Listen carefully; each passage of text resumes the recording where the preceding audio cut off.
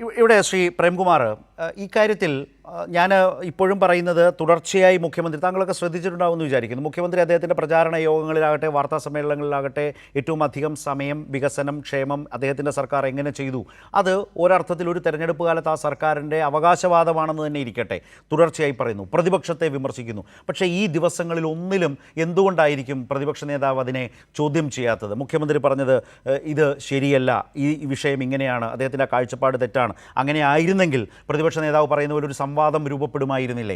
അദ്ദേഹം ഒരാഴ്ചയായിട്ട് അത് ചെയ്തിട്ടേയില്ല, കണ്ടില്ല എന്ന് നടിക്കുകയായിരുന്നു.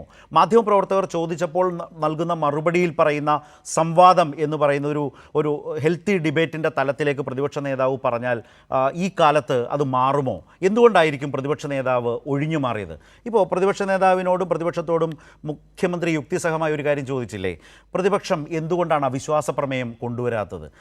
ഭരണപക്ഷത്തിന് ചോദിക്കാൻ കഴിയുന്ന നല്ലൊരു ആയുധമാണല്ലോ. 5 വർഷക്കാലമായിട്ടും പ്രതിപക്ഷത്തിന് സർക്കാരിനെതിരെ ഒരു അവിശ്വാസ പ്രമേയം എന്തുകൊണ്ട് കൊണ്ടുവരാൻ കഴിഞ്ഞില്ല? അതുപോലെ തന്നെ അത് അവസാന ബജറ്റ് സമ്മേളനം ഈ സർക്കാരിനെ നിർത്തിപ്പൊരിക്കുക, അങ്ങനെ തന്നെയാണ് മുഖ്യമന്ത്രി പറഞ്ഞത്, ഏത് പ്രതിപക്ഷമായാലും എന്തേ അവർ ചെയ്തില്ല? ഇങ്ങനെ നിരന്തരം ജില്ലകളിൽ സഞ്ചരിക്കുമ്പോൾ ചോദിച്ച മുഖ്യമന്ത്രി ചോദിച്ചിട്ടും പ്രതിപക്ഷ നേതാവ് അത് കണ്ടില്ല എന്ന് നടിച്ചത് എന്തുകൊണ്ടായിരിക്കും? ഈ ചോദ്യങ്ങൾ അദ്ദേഹത്തെ പലതരത്തിൽ പ്രകോപിതനാക്കുക കൂടിയാണ്. ഒരു സാമ്പിൾ ഞാൻ ശ്രീ പ്രേംകുമാറിന് മുമ്പാകെ, താങ്കൾ പറയുന്നതിന് മുമ്പ് അദ്ദേഹത്തോട് അവിശ്വാസ പ്രമേയത്തെക്കുറിച്ച് ചോദിച്ചപ്പോൾ ഇതെങ്ങനെയാണ് പ്രതികരിച്ചെന്നറിയുമോ? വളരെ കുറച്ചേ ഉള്ളൂ, ഒന്ന് കണ്ടു നോക്കാം. എന്താണ് അവിശ്വാസ പ്രമേയത്തെ കുറിച്ച് അങ്ങേക്ക് എന്താ അറിയാം? അവിശ്വാസ പ്രമേയം കൊണ്ടുവരണമെന്ന് റൂൾസ് ഓഫ് പ്രൊസീജിയറിൽ വല്ലതും ഉണ്ടോ? ഒരു പ്രതിപക്ഷം അല്ല, കേൾക്ക്, അതുകൊണ്ട് എന്താ ഒരു പ്രതിപക്ഷം അവിശ്വാസ പ്രമേയം നിയമസഭയിൽ നിർബന്ധമായി കൊണ്ടുവരണമെന്നുണ്ട്. അത് ഞങ്ങളുടെ സ്റ്റാൻഡാണ്.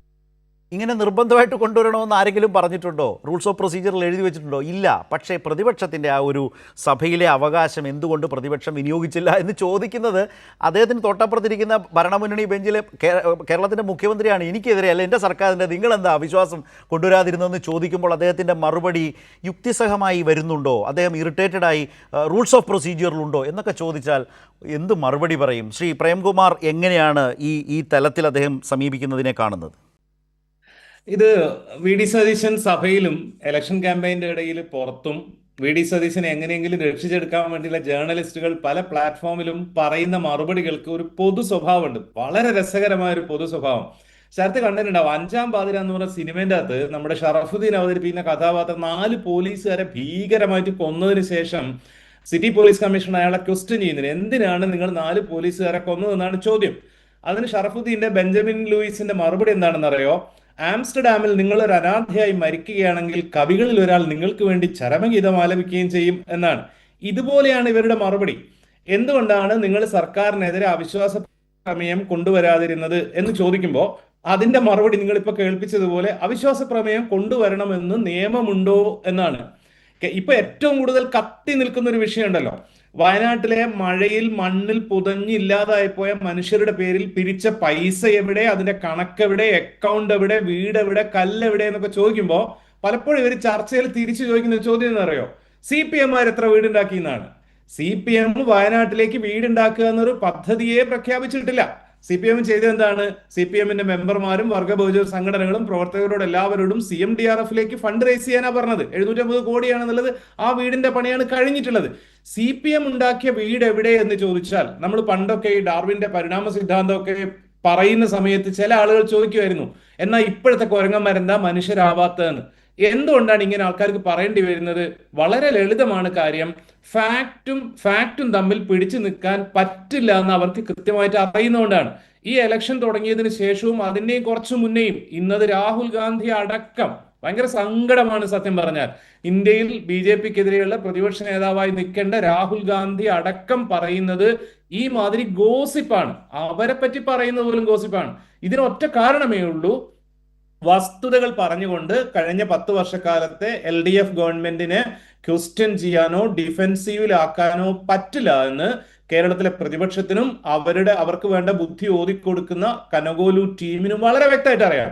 അതുകൊണ്ടാണ് അവർ ഇങ്ങനെയുള്ള കാര്യങ്ങൾ, ഇങ്ങനെയുള്ള നെറേറ്റീവ്സ് തന്നെ കൊണ്ടുവന്നുകൊണ്ടിരിക്കുന്നത്, കംപ്ലീറ്റ് കൊണ്ടുവരുന്നത്. CMDRFിലെ പണം എന്തുകൊണ്ടാണ് പിണറായി വിജയൻ നോമിനേഷന്റെ അകത്ത് ഉൾപ്പെടുത്തിയിട്ടില്ലാത്തത് എന്ന് VT സതീശന്റെ ഓഫീസിൽ നിന്ന് അയച്ചു കൊടുക്കുന്ന മെസ്സേജ് വളരെ ലീഡിംഗ് ഒരു ജേർണലിസ്റ്റ് ചോദിക്കുന്നത് നമ്മൾ കേൾക്കുകയാണ്. ഇന്ന് നോക്കൂ നിങ്ങൾ, അതിനേക്കാൾ രസമായിട്ട് രാഹുൽ ഗാന്ധി പറഞ്ഞു കേട്ടോ, കേരളത്തിൽ ഒരു വനിതാ മുഖ്യമന്ത്രി വരണം എന്നാണ് അദ്ദേഹം അണികളെ ആഹ്വാനം ചെയ്യുന്നത്. വളരെ രസമായി രാഹുൽ ഗാന്ധി ഒരു കാര്യം പറയുന്നുണ്ട്. എന്താണെന്ന് വെച്ചാൽ പ്രതിപക്ഷ നേതാവായിട്ട് വനിത വേണ്ട, പ്രതിപക്ഷ നേതാവായിട്ട് പുരുഷൻ തന്നെ മതി എന്നാണ് രാഹുൽ ഗാന്ധി പറയുന്നത്. മുഖ്യമന്ത്രിയുടെ കേസാണ് പറയുന്നത്. എത്രയോ കാലം കഴിഞ്ഞിട്ടുള്ളതായിരിക്കാം.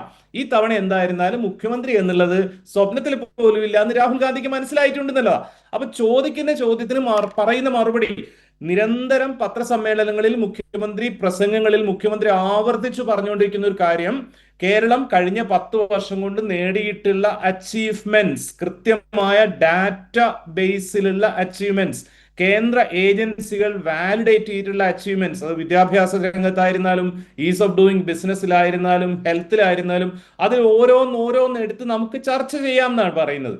ആ പറയുന്ന സമയത്ത് ഇവർ വേറെന്തെല്ലോ കുറെ കാര്യങ്ങൾ പറയാം. സ്വർണം കട്ടതാരപ്പ എന്നൊക്കെ പറഞ്ഞ പോലുള്ള ഡയലോഗുകൾ പറഞ്ഞുകൊണ്ടേയിരിക്കുകയാണ് ചെയ്യുന്നത്. ഈ തരത്തിൽ ഫാക്റ്റുമായി സംവാദത്തിന് തയ്യാറാവണം എന്നാണ് മുഖ്യമന്ത്രി പറയുന്നത്. കഴിഞ്ഞ 10 വർഷത്തെ കണക്കുകൾ മുഴുവൻ ഫേസ്ബുക്കിൽ ഇട്ടതിന് ശേഷം എഴുതിയത് ഇവിടുത്തെ കോൺഗ്രസ് പ്രതിനിധി പറഞ്ഞതുപോലെ അല്ല. എന്നാൽ ഇനി ഇതിൽ സംവാദമായാലോ എന്നാണ്.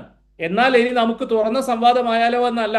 വി ഡി സതീശ പ്രതിപക്ഷ നേതാവെ, നമുക്ക് ഓപ്പൺ എന്താ പറയാ, ഒരു വേദിയിൽ മൈക്കെല്ലാം കൂടി വെച്ചിട്ട് ഇങ്ങനൊരു സംവാദം നടത്താന്നല്ല പറഞ്ഞിട്ടുള്ളത്. എന്നാൽ ഇനി ഇതിൽ സംവാദമായാലോ, 10 വർഷത്തെ പ്രോഗ്രസ് റിപ്പോർട്ടിന് മുകളിൽ സംവാദമായാലോ, നിങ്ങൾ ഇതുവരെ ചെയ്യാതിരിക്കുന്നത് ഈ ഫാക്ടിനെ ബേസ് ചെയ്ത് ഡിസ്കഷൻസ് നടത്താതിരിക്കുകയാണ്.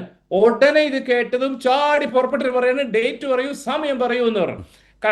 കഴിഞ്ഞ ഇലക്ഷന്റെ സമയത്ത് തൃപ്പൂണിത്തറ മണ്ഡലത്തിൽ 120 കോടിയുടെ വികസന പ്രവർത്തനങ്ങൾ നടപ്പിലാക്കിയിരുന്നു എന്ന് എം സ്വരാജ്, ആ തെരഞ്ഞെടുപ്പ് സ്വരാജ് പരാജയപ്പെട്ടുണ്ടായി. എം സ്വരാജ് പറഞ്ഞ സമയത്ത് അന്നത്തെ സ്ഥാനാർത്ഥി കെ ബാബു ചോദിച്ചിട്ടുണ്ടായിരുന്നു, എവിടെയാ 120 കോടി? അതായത് 120 കോടിയുടെ വികസനം നടപ്പിലാക്കി എന്ന് പറയുമ്പോൾ കെ ബാബു ചോദിക്കുന്നത് ആ 120 കോടി എവിടെയെന്നാണ്. എം സ്വരാജ് പറഞ്ഞത് അത്രയും ഇവിടെ സ്പെൻഡ് ചെയ്തു എന്നാണ്. അപ്പൊ 120 കോടി എന്ന് പറയുമ്പോൾ പൈസ എന്നാ കേൾക്കുന്നത്. സംവാദത്തിന് തയ്യാറാവൂ, കാര്യങ്ങൾ തുറന്ന് ചർച്ച ചെയ്യൂ, ക്വസ്റ്റ്യൻ ചെയ്യൂ, കോൺട്രാഡിക്ട് ചെയ്യൂ, ഞങ്ങളുടെ ഫാക്ട്സ് ഞങ്ങൾ എസ്റ്റാബ്ലിഷ് ചെയ്യാം, നിങ്ങൾ ഈ ഗോസിപ്പ് പറഞ്ഞുകൊണ്ടേ നിൽക്കരുത് എന്ന് പറയുമ്പോൾ അതിനെ മനസ്സിലാക്കിയിട്ട്, ഞാൻ വിചാരിക്കുന്നില്ല ഇത് വി ഡി സതീശന്റെ ബുദ്ധിയാണെന്നുള്ളത്, ഇങ്ങനെ ഒരു നെറേറ്റീവ് ക്രിയേറ്റ് ചെയ്യാൻ വേണ്ടിയിട്ടാണ് മുഖ്യമന്ത്രി സംവാദത്തിന് വന്നില്ല. നമ്മളൊക്കെ എത്രയോ കാലമായി പിണറായി വിജയനെ കാണുന്നു. അദ്ദേഹം ഇന്നേ വരെ ഏതെങ്കിലും ഒരാളോട്, പ്രതിപക്ഷ നേതാവാകട്ടെ, മന്ത്രിയാവട്ടെ, അപ്പുറത്തെ നേതാവാവട്ടെ, ഇങ്ങനെ നേർ ചാനൽ മൈക്കുകളെല്ലാം കൂടി വെച്ചുകൊണ്ട് ഇങ്ങനെ സംവാദം നടത്തുക എന്നുള്ളൊരു സംഗതി നമ്മൾ ആരും ഇതിനു മുമ്പ് കണ്ടിട്ടില്ല. വി ഡി സതീശനും അത് പറയുന്നുണ്ട്, ഞാൻ അങ്ങനെ ആരെയും സംവാദത്തിന് വിളിക്കാറില്ല എന്ന്. അപ്പൊ സംവാദം എന്ന് പറഞ്ഞാൽ ഈ കാര്യങ്ങളെ പറ്റിയുള്ള ഓപ്പൺ ഡിസ്കഷൻ എന്നാണ്, അല്ലാതെ നേർക്ക് നേർ മസിൽ പിടിച്ച് ചർച്ച ചെയ്യാന്നല്ല. അങ്ങനെയാണെന്ന് വരുത്തിയിട്ട് ആളുകളെ തെറ്റിദ്ധരിപ്പിക്കുന്ന ഒരു കോണ്ടെക്സ്റ്റ് ആണ് ഇവിടെ ക്രിയേറ്റ് ചെയ്തിട്ടുള്ളത്.